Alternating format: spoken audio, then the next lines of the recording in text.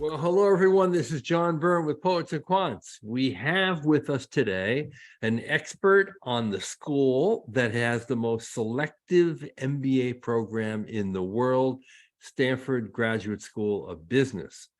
Our guest today is Heidi Hillis, who is an expert senior coach at Fortuna Admissions. And we're going to talk about the 3 things you need to know to get into the GSB. So, Heidi, go for it. What are the 3 things you need to know I to wish apply? there were only 3 things, but I have tried to kind of limit it to 3 things, three pieces of advice that I would give to anybody applying. I think the first one is really to use the entire application. So many people come in really focused on that one essay, what means the most to you and why, and kind of get hung up if that's what the application is about, but it's actually so much more. In fact, I would say that Stanford has probably the most comprehensive of all the applications for business school. You have that essay, which is 600 words. There's Why Stanford, which is 400 words.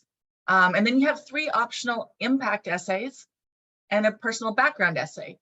So if you put all those together, it's about 1,850 words, which is double what Harvard is asking. So you really have a lot of opportunity to talk about a lot of different things in the essays themselves. And then, of course, you have the resume and 2 recommendations and the application itself. So you really have to think about the application as a whole, as opposed to just focusing in on what's the best essay I can write for what means the most to you and why. And I really advise people to think about, it's almost like a work of art. It's you can have lots of different layers, lots of depth, lots of color, and you really want to use every part of the application to add that depth and color and texture.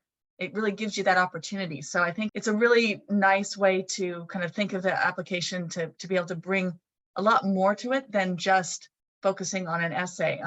So think about, what you're going to say, what your recommenders are going to talk about, how the resume fits into the whole picture, and use each piece to really add value as opposed to just repeating something that might be found elsewhere in the application. So you want a multi-dimensional portrait of yourself so that no piece is redundant. Every piece adds value and every piece works in your favor.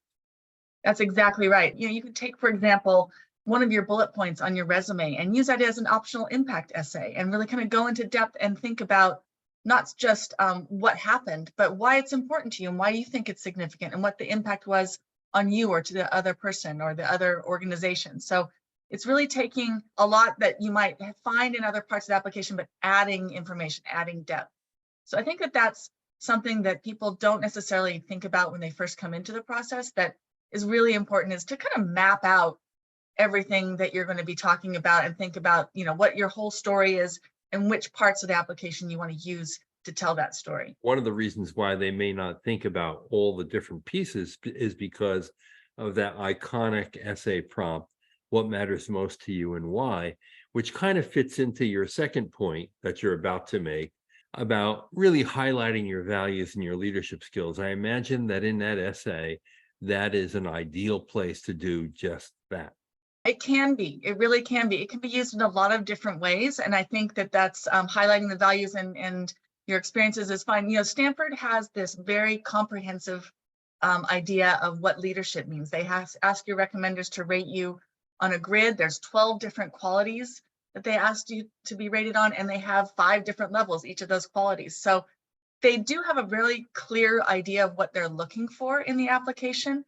And so part of what you need to do is really help them find it. So do that by bringing out the stories that highlight those leadership. And this is a kind of another tip that I would give, which is, show, don't tell. I think, a lot of people have heard this before, but it's really worth reemphasizing. I like to work with people who, applicants who we start out by just having a little bit of empathy for the readers of these applications. They read thousands, and it's really easy to kind of feel them all run together. I read every season, hundreds, and they do start to run together. So the way to really bring them to life is to tell stories and to show what you mean as opposed to telling. So if your message in that iconic essay, for example, is that, you're really passionate about the environment and you want to pursue a career that's going to help, address issues in climate change, don't tell them that, show them by telling the story of when you were a child and something happened, or something happened at work that really made you think about this. Really bring it to life through stories. And that's the same with working with your recommenders. So, working to prepare your recommenders to write a great recommendation is to really help them, first you potentially identifying some stories that they might be able to remember and to tell that really highlight who you are as a leader. So, for example, a lot of people get really hung up on, oh, I haven't really had, I haven't led a big team, or I haven't closed a big deal. And sometimes, those can be really important things to talk about, but often they're things that everybody talks about. And there are things that sometimes it's hard to identify as a reader of, are you really going above and beyond what's required of you in your job? So it's really up to you to help your recommenders see that there are other things that might really draw out who you are as a leader. For example, I worked with someone who, we were talking about different deals that she had done, but they all kind of sounded the same to every other applicant. And so when we started to dig into it, she told me the story of, I said, well, when was a challenge that you really overcame at work? And she talked about how during the pandemic, everybody was really disconnected. And so she spent an entire weekend putting together a trivia game for their next meeting that really helped the team, build that kind of connection that they were missing. And that's the kind of detail, those kinds of stories, they seem really small at sometimes, but they actually can really draw out a quality of the applicant that doesn't come out elsewhere, and that really helps them to stand out. Yeah, exactly. And your third point is one that we hear a lot, but I wonder what your take on it is. It's to be genuine and authentic, right? Yeah, being genuine and authentic. I think that a lot of people will come into this really trying to, I don't want to say game the system but really trying to tell Stanford what they think Stanford wants to hear. And you'll hear people say a lot of times, well, I hear that Stanford really likes it when people talk about this, or they've told, a story about that. And I would just say, stop that to begin with, and really just think about the question and answer it genuinely for yourself. First of all, you might then start to polish it and think about different ways of coming at it and thinking of the stories that will highlight it. But it really isn't about doing what someone else has done and that has worked for someone else. Often that won't work for you. Every story and every person is unique. And that's something that Stanford is really looking for, is that unique story and that unique quality that they don't necessarily find in someone else. They're really constructing this incredibly diverse and incredibly talented team of people, 400 some people who are all come from a very different background, and they want to hear that unique kind of story from you. So first is, don't try to do what someone else has done. If you've read someone else's essay, or if you've read on the blog online or somewhere else that, oh, this worked for one person, don't assume that it would work for you.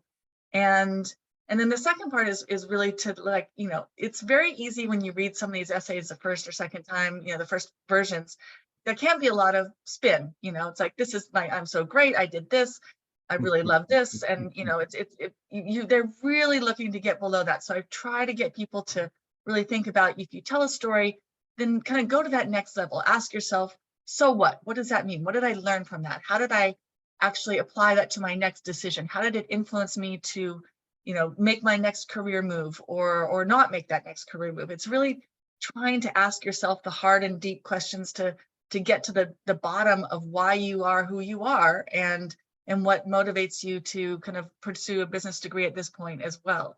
So it's also being honest and being willing to kind of go to places that maybe are a little bit uncomfortable. So what are some challenges that you faced that you haven't necessarily overcome? What are you still working on? What failures have you had that have really taught you some tough lessons?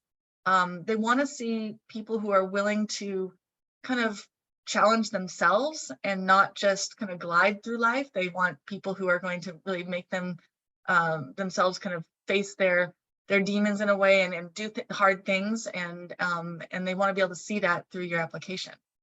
All great advice. Now, Heidi, obviously, you as a Stanford MBA alum surmounted the obstacles, got in, graduated, became successful. What was your secret? Oh, that's a very difficult question. I think I applied a long time ago. The application was a bit different then. I think it's tough. It's really tough to get in. I'm not sure I would get in these days. The competition is incredible. I came from a very non-traditional background. So that was, I think, something that I was used to kind of to my advantage in the sense of that I wasn't, it can be a double-edged sword for someone from a non-traditional background. I was working in nonprofit, I was working abroad. And I think that that can go both ways. There's always the concern when you're non-traditional that that you can't do the work or that you won't fit in with the class. So part of the thing that you have to overcome is really to talk about, to make the case that you will fit in and that you can do the work, that you have the focus that's needed to kind of get through the program.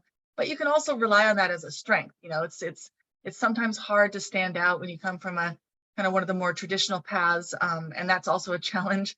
But when you're non-traditional, you can actually stand out and show different kinds of experiences that will be, valued in the classroom, which is, again, coming back to that really unique class of 400 people who have really different experiences. They really want to see that in your application, that how you can be a really contributor to the class.